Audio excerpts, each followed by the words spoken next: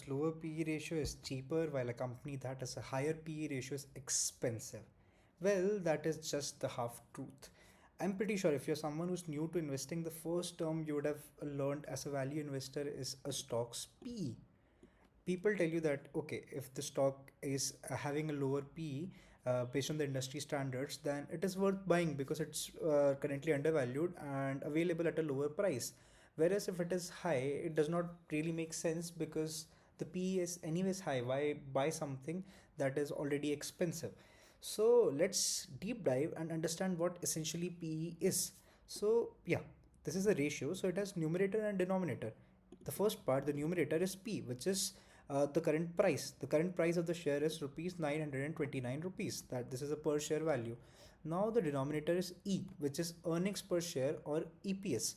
So let's say a company made 1,000 rupees profit in the last 12 months and it has 1,000 shares. So like the EPS or the earnings per share would be 1 because it made 1,000 rupees profit in last 12 months and it has 1,000 shares. So EPS would be 1,000. If the company had only 500 shares in the open market, the EPS would be 2. So one thing to remember is this is TTM, that is trailing 12 months EPS. So let's just look here. When you look at the numbers for HDFC Bank, you'll see this term here, EPS in rupees, and you'll see that it has been growing for past some time. So the EPS right now is 48.54. If you do the math and divide 929 by 48.54, then the correct number comes out. That is the stock PE of 19.2 rupees. So as to basically understand what PE is, it is how you value a company or how much price a person is ready to give for every rupees one profit the company makes. So here the statement is that the people who are invested or like are investing right now in HDFC are ready to pay 19.2 rupees for every rupee one profit that HDFC Bank makes. Okay, so let me show you something interesting. This is a PE ratio graph for the last 5 years.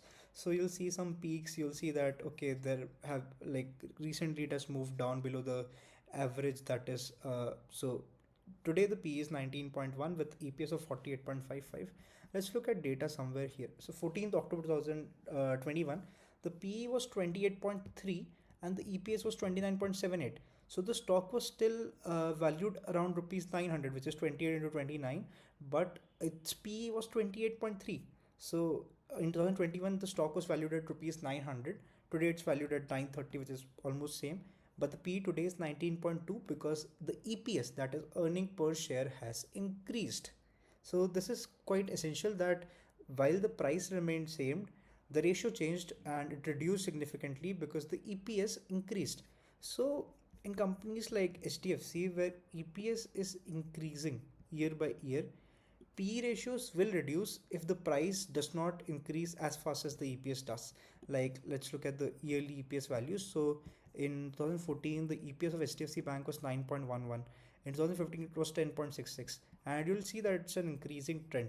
So the EPS increased. If the price increases by the same amount, let's say 46 to 48, so whatever percentage the EPS increase, the price will have to increase by the same percent for the PE to be like same, exact same, because these are ratios. So now let's compare this against some other companies in the same sector. When you're comparing P's, it only makes sense when the companies are in the same sector because different sectors have different dynamics. So let's, when we look at HDFC Bank, remember the EPS was 48.5 or something for the TTM. So the price of the share is 929 rupees, whereas the PE is 19.19. Now let's look at ICICI Bank. Here the PE is 18.30, but the price is higher. So how does this make sense? It makes sense because EPS, that is earning per share, for ICICI Bank must be higher. So let's check that number. Let's just go to ICICI Bank. Uh, the price today is 1355. Let's look at the EPS.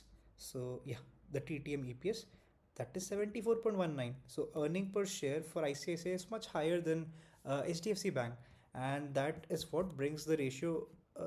This is what reduces the ratio. So even when ICICI Bank's price is higher, its stock PE is lower because its earning per share is higher. So that is the insight you need to understand when comparing P's between companies. This will make sense that why even when a particular company has a higher share price, the PE is lesser. That is because the component that comes down, which does the division, the denominator, that is EPS, is higher for this company. So do hit in the comments if you want to see a video about how to value companies for the future. That is something called forward P. What does forward P means and how to understand what implications it has. Do let me know in the comment sections if you have any queries about the current P calculations. And yeah,